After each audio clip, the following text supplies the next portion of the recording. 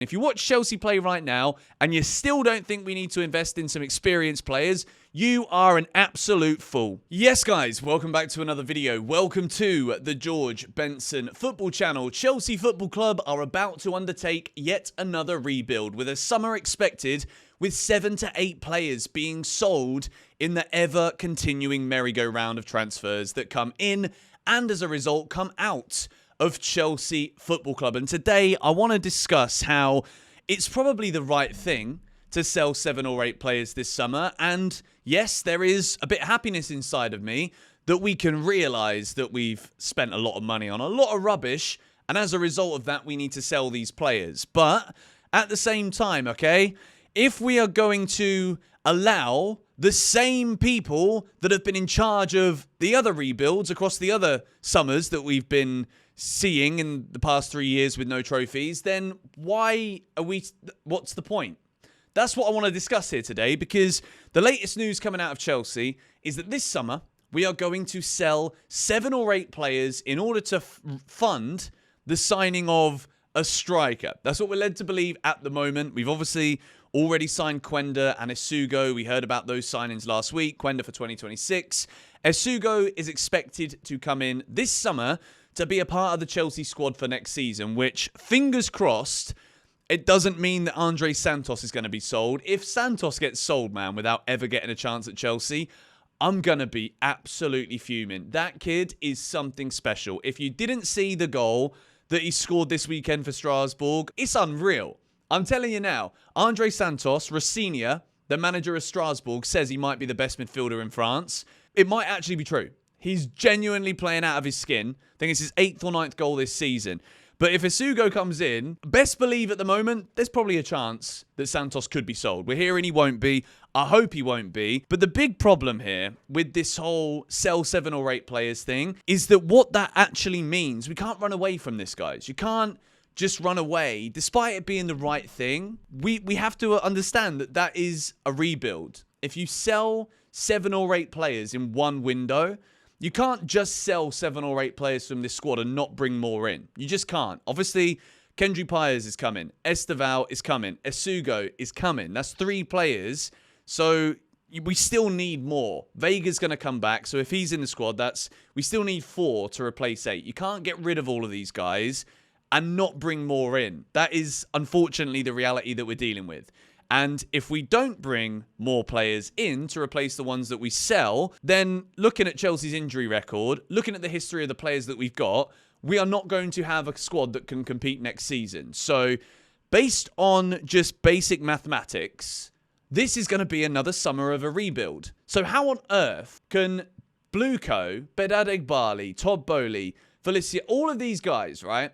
How on earth can they still publicly back Paul Winstanley and Lawrence Stewart to rebuild Chelsea again this summer, having spent the last 3 years, transfer window after transfer window, buying tons of players, spending billions of pounds, and we still don't have a squad that is at the level that we anticipated, that the ownership looked at and thought, well, you know, we know this is a long-term project, it's a long-term plan. The fact we need to sell 8 players again this summer, and none of us can really disagree with that. Like, off the top of my head, we've got to get rid of Kepa, Sanchez.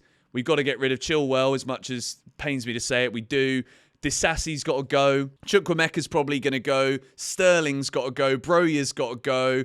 That's just 7 off the top of my head, right? Felix probably has got to go as well. That's 8. Nkunku's got to go. That's 9. I mean, we're talking about half the flipping squad here nearly, really, aren't we? And that's 7 to 8 is the benchmark right now. But realistically, we got players there that I mentioned that they've got no futures at Chelsea. Why are we going to pay Kepa's wages? Why are you going to keep paying Ben Chilwell when you're not even going to give him a chance to play? So the real numbers here are going to be significantly higher than 7 or 8 players. So there's no doubt about it. Whichever way you want to define what the word rebuild means, this summer, Chelsea are rebuilding again, and yet we are still hearing that the same sporting directors that have overseen all of these other summers of rebuilding and creating something for the future and building, these guys are still going to be the ones in charge of it, making the footballing decisions, executing, bidding for this kid, bidding for that kid. And what we saw last week, right, with the Giovanni Quenda Dario Isugo signings. I'm only going to talk about it because I talk about Chelsea news on my channel. It's my full-time job. I do this for a living. So, of course, when we sign players, some of them I'll get excited about, and other ones I'll be like, I don't really see the plan here. I don't really see the point in this.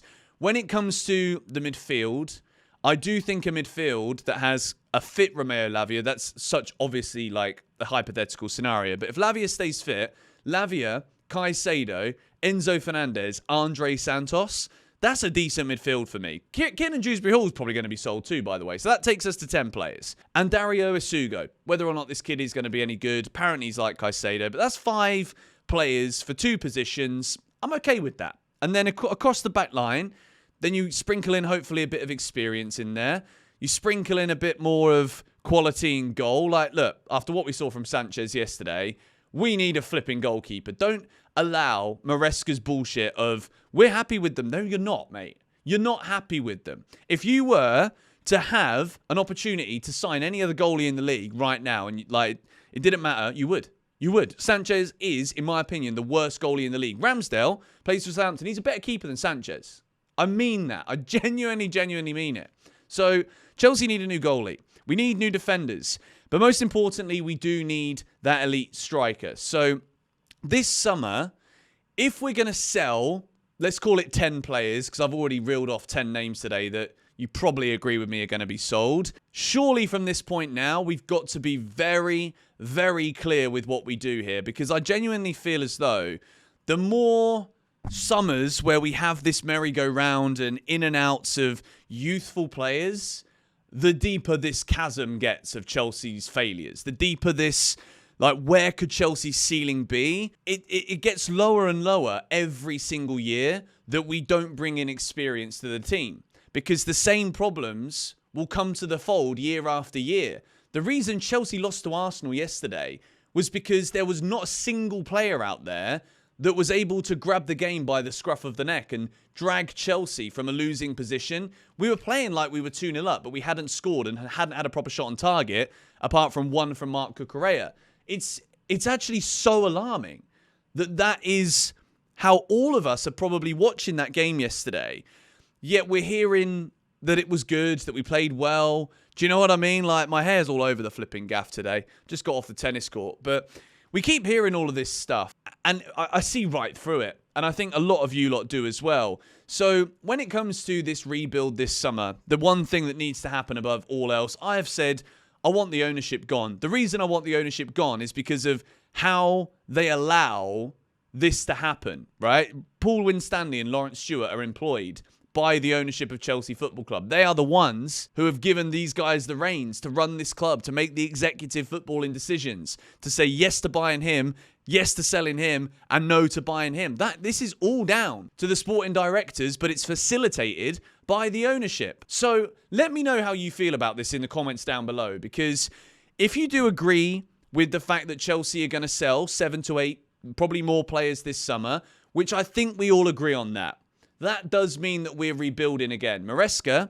is going to have the squad he had this season, tear it all up basically, and then we're going to have a load of new faces with a load of new plans for the start of next season. That's not easy for a manager. And as much as Maresca pisses me off and his football is absolutely diabolical, I would say that I still feel for him, because again, second season he's going to have to go in and he's going to be starting from scratch again. But the problem is we have seen this starting from scratch, buying these lot, buying that lot, selling them lot. We've seen this since the ownership come in. We have seen this merry-go-round of players right from the very start, and we have seen the same sporting directors heading it from minute one all the way through to now. Yes, there's been a lot of other staff members that have been trickled in over the years, and like we're hearing now that we finally got the team together and all this stuff, and we know you don't know what you're doing. You do not know what you're doing. If you watch Chelsea play right now and you still don't think we need to invest in some experienced players, you are an absolute fool. You're an absolute idiot. And I mean it seriously. I don't normally like to come out here and say that kind of stuff, but it's true. You're thick as shit if you genuinely think this team needs another rebuild full of a load of other youngsters. Trial and error. It's bullshit. We've all seen through it right now. So I'll say it again. I'm going to try my best during this international break to make some different kind of videos, to go into some depth in some other players, some individual players, so that we can just, not spend my whole flipping time just I feel like we've all just got to the point where there's serious apathy right now when it comes to Chelsea. Like, are we even upset anymore? What is it? Anger, upset? Like, yeah, all right, we're still in the Champions League places, but we can all feel this energy, can't we? Like, are we really going in the right direction? Are we? Really? I don't think we are. I really don't. But let me know your thoughts in the comments down below. I wanted this video to be outlining what this whole 7-8 player rebuild thing means. But in the end, it's just ended up just me being embarrassed at the club again. It's shocking. Let me know your thoughts in the comments down below. Speak to you later.